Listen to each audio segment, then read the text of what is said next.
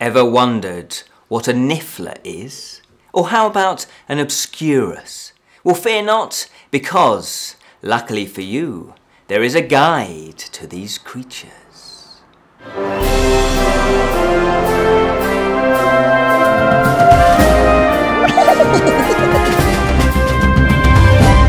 Hello and welcome to the Friday Fantasy Show from the Bottled Imp, exploring the realms of fantasy. My name is Ken Voight and today we're going to be looking at, yes, fantastic beasts and where to find them. This is directed by David Yates and it was first released way back, well, not so way back, only 2 years ago, 2016. That's my maths for you. Now, as you probably know, this is, well, it's not exactly the next instalment, but it is part of the Harry Potter universe. Now, Harry Potter, everybody knows Harry Potter, surely. Hugely successful, massive box office takings for the films, huge sales for the books, and such an international worldwide smash hit that, well, we don't need to really talk about Harry Potter, do we? We haven't done the reviews yet, and for me it was mainly because everybody must have seen them, but we must do them one day, because if we are exploring the realms of fantasy, surely we have to include Harry Potter. So I thought we'd just dip our toe into the Potter universe, so to speak, by taking a look at this. Now this is set in 1926, and this is set pre the Harry Potter books. So let's find out just exactly what Fantastic Beasts and where to find them is all about.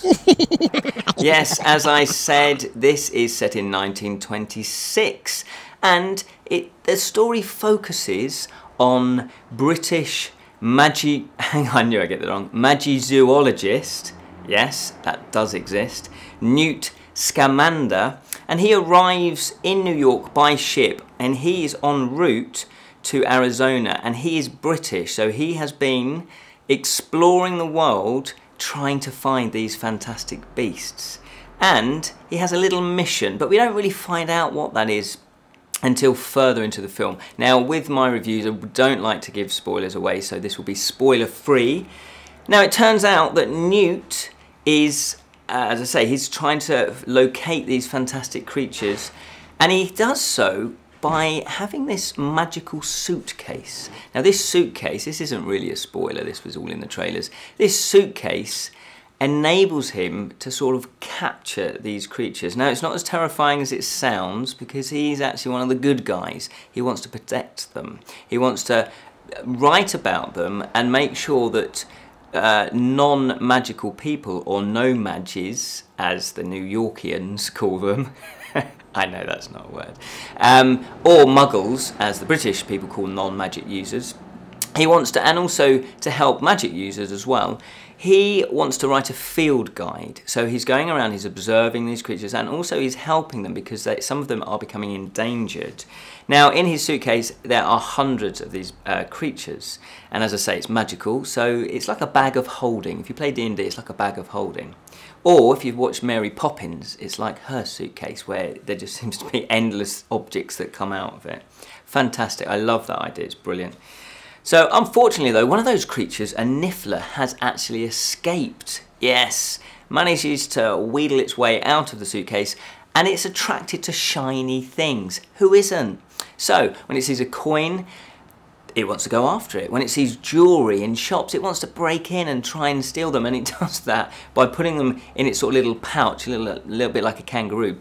So it's stuffing all these shiny objects, all these valuables into its pouch. Now obviously Newt is a little bit worried about this, and he wants to go after it and try to recapture it. Now he's very gentle with these animals, he's got a love of animals, so he doesn't want to hurt them, he just wants to make sure that they're not going to come to any harm by people that don't quite understand what they are. So off he goes, he's trying to catch it, and of course mayhem ensues. I don't know what that word is.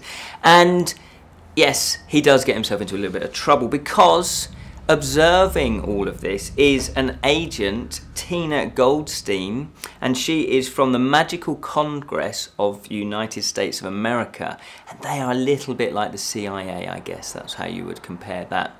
And she arrests him.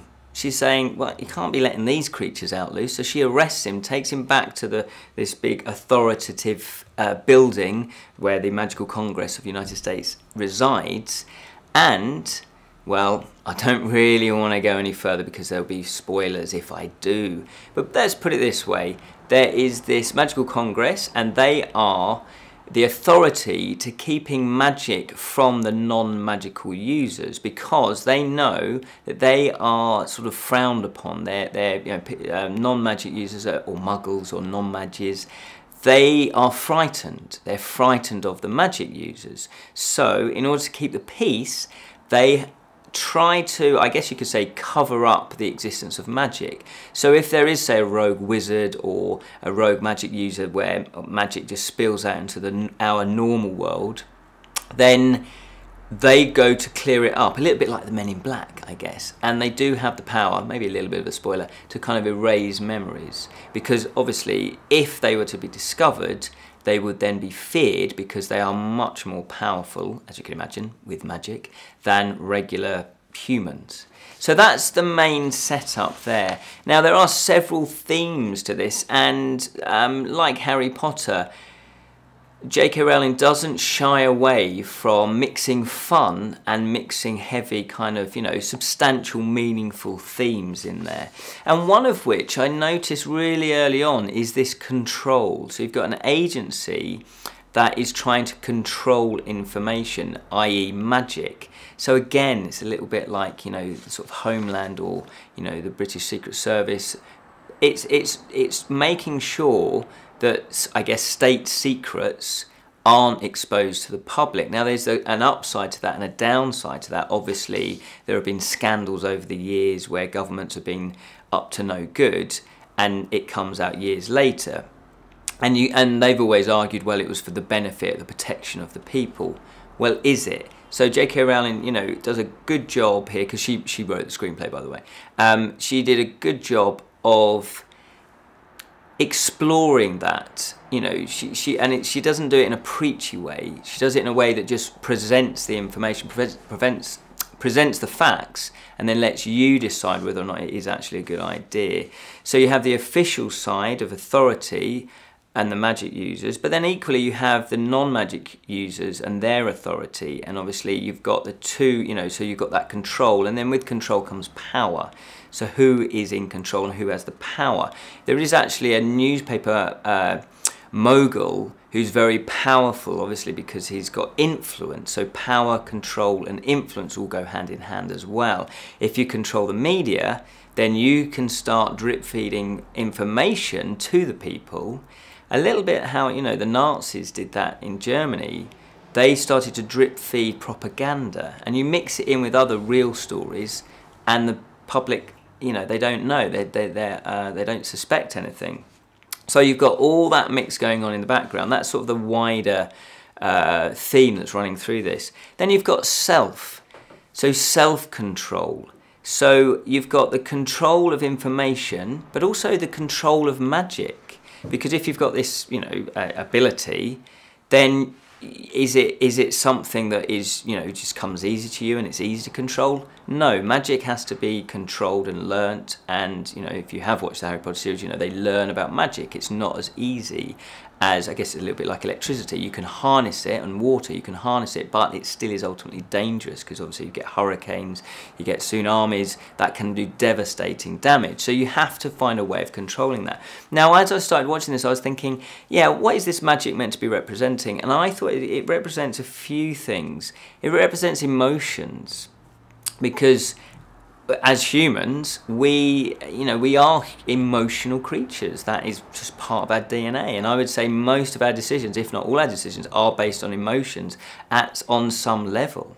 So it's finding a way to controlling your emotions. Now, I remember as a kid, I used to bottle things up. Bottled imp, I guess. There we go. Maybe that's where the title come from. Subliminal, subconscious. I used to bottle things up, and I used to just have this rage, this anger inside me, and I didn't quite know why, but I used to just walk into the living room and just clear the coffee table, just wipe everything off it.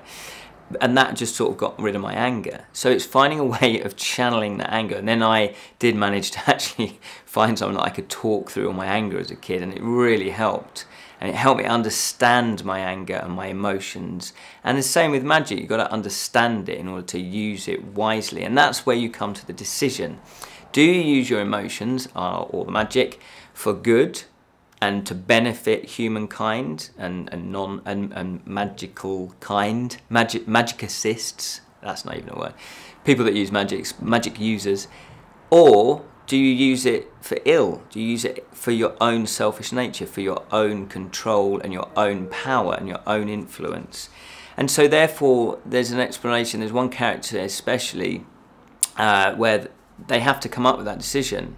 How are they going to use this magic emotions? Are they going to use it for good? Or are they going to use it for evil? And normally it comes from, if you're going to use it as in a destructive way, it comes because you haven't got a lot of self-worth. You don't feel like you're worthy to be part of society. You don't feel like you're part of the community or part of society.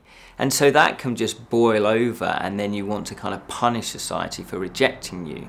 So there is that side as well. So and there's also manipulation. So if you are one of these people that has all this rage, this anger, and well, not just rage and anger, but there's a manipulation theme that runs through this as well. There's a few characters that try to manipulate other characters, and they're doing it for their own selfish ends as well. But they're preying on so-called weak people, vulnerable people. And so therefore, if you start brainwashing somebody, again with that drip of information, that propaganda, you can start manipulating somebody very subtly. I guess they call it grooming now, don't they? So there's that aspect as well, and it's really cleverly done, it's really subtly done in this film. There's also the theme of them and us. So as I say, you know, if you start seeing society as fractal as in divided, then of course you're going to start seeing them and us. And again, that's exactly what the Nazis did. They were starting to give the propaganda about the Jews and how they're different and how they're substandard and how they're evil and how they're taking your jobs and, you know, all of that propaganda. And therefore you divide a country, and they can be, you know, just everyday people start taking on these really extreme views. And so you have to stand up as an individual and say, you know what, I'm not going to believe this propaganda.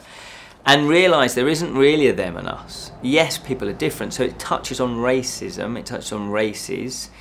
And so there's an uneasy tension. So some people want to stoke this tension between the two, you know, the magic users and the non-magic users. Whereas others want to kind of heal that. They want to have a peace. And obviously if it goes unchecked, then eventually you can get to a state of war, of all-out war. And I do know that, you know, obviously it looks like this is going to be a series of films, so this is sort of where I think we're leading. There's going to be this battle between magic users and non-magic users. Then you have animal rights and the wonder of animals, the wonder of nature, as in, how dare we think as humans, and even as in magic users, how dare we assume that we're the top of the tree, that we're the superior creatures. We're not. We're just like all the other creatures. Yes, we might be more advanced in some aspects, but if you see fantastic nature programs, there are some really bizarre creatures out there that have developed, you know, a way of living in extreme conditions. There's even little microbes that can be frozen and even booted out into space, and they still survive. They come back and they're still alive. They can reawaken. We can't do that. That's amazing. So with Newt, he loves animals. You can just tell he's connected to them. It's like, you know, they're all. It's almost like he is on their level. Like his soul is part of their souls, and ultimately we are all interconnected. That's how I feel about things, anyway.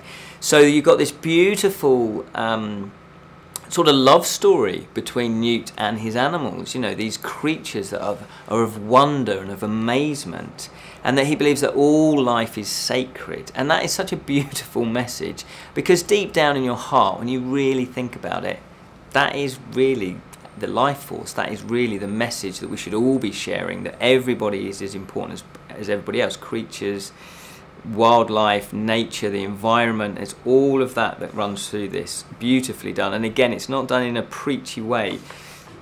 I really like the way that they've tackled all of these themes. They're not preachy. They're left you wondering. It leaves you asking more, and that's what I want. You know, I want that in a film. I want some meaning to it. And what I love about it is, I really did love this film. I thought it was a solid, exciting adventure. And when you've got a title like Fantastic Beasts and Where to Find Them, that's brilliant, because you think, yeah, I want to know about Fantastic Beasts, and you do. You see them. There's a moment, again, I won't spoil it, but you get to see a whole array of these wondrous creatures, and the special effects are amazing, really believable. You know, you could literally just, you know, feel like, I guess if you're watching it in 3D, you might think they're in the room with you. They're that believable. I love the design of the creatures. I love the way they've put them together, you know, and J K Rowling does dip into mythology and, you know, and in this world, you know, our known creatures, if you like, and, you know, there's slants on those known creatures as well. So I love it. I love what they've done. But the brilliant thing about the special effects is the story and the characters take prominence. That it's not like, oh, it's just special effects and it's just action, action, action. No. It's character-led, it's story-led, and anything, forget which genre it is, if it's story-led and character-led, then you should come up with a good film. Those are the basics. And you do connect, you connect emotionally with these characters, and that's what you want. You want these characters to succeed, you want to boo and hiss the villains. And the nice thing about it is that the people aren't always what they seem. So it's not as clear-cut as good and evil, although that is definitely there. But there are shades of grey in between, and I think that's a really important factor to put in characters, because not all of us are good and not all of us are evil, are we? You know, we sometimes do things that we shouldn't, low-level things maybe, and we all sort of develop our own moral codes based on, I guess, the culture that we're living in as well. So I love the fact that she's put in characters that you think, you know, that turn into something else that aren't necessarily what you think they are. Absolutely loved it. And there's layers to this film. It's not just a fun adventure that's exciting. She does a brilliant job, and the director, obviously, all the actors as well, do a brilliant job of mixing up that fun and wonder and magical world with also deep and meaningful layers to it. And I really love that. That, to me, is what you need to do, especially in fantasy, because if you just do the fantastical, like anything, you're left a little bit empty, but not with this. This was beautiful, and the characters are wonderful. They're well-rounded, beautifully acted, and everything that you kind of want. For me, everything that I want in a fantasy film. And I love the time zone as well, because it, you know, magic.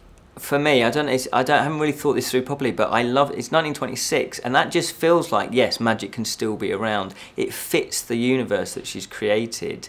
It seems believable. The aesthetics are beautiful. I like, you know, in New York, all the old buildings, and there's a nice colour tone that washes through. There's sort of grey and it's drab, but then you can see the creatures, and they're beautiful and they're bright, and they're, you know, the textures in this are beautiful.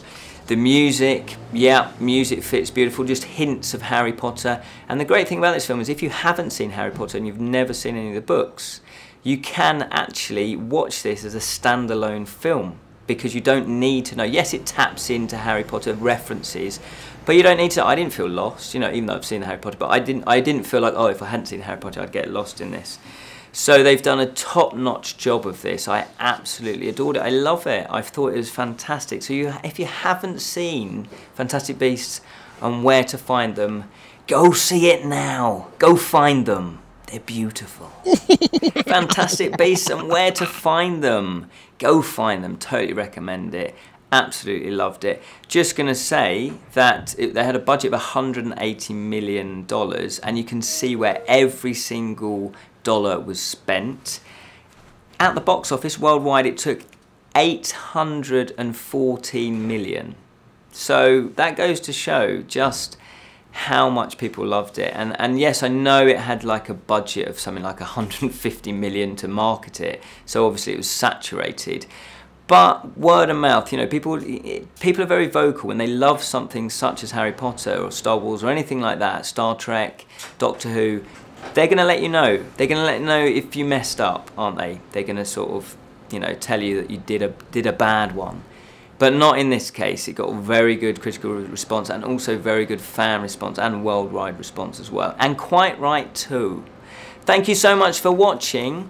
If you haven't seen any of our other videos, go check them out. We've got over 330 now. I know.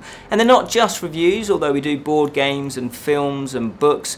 We've also done a how to write fantasy series as well. I wrote a book and I thought I'd share what I found out along that journey. And we're also doing what's it called?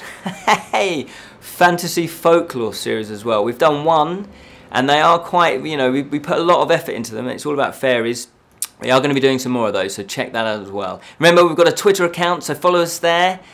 But more importantly, remember to keep it unreal, especially if you're a fantastic beast.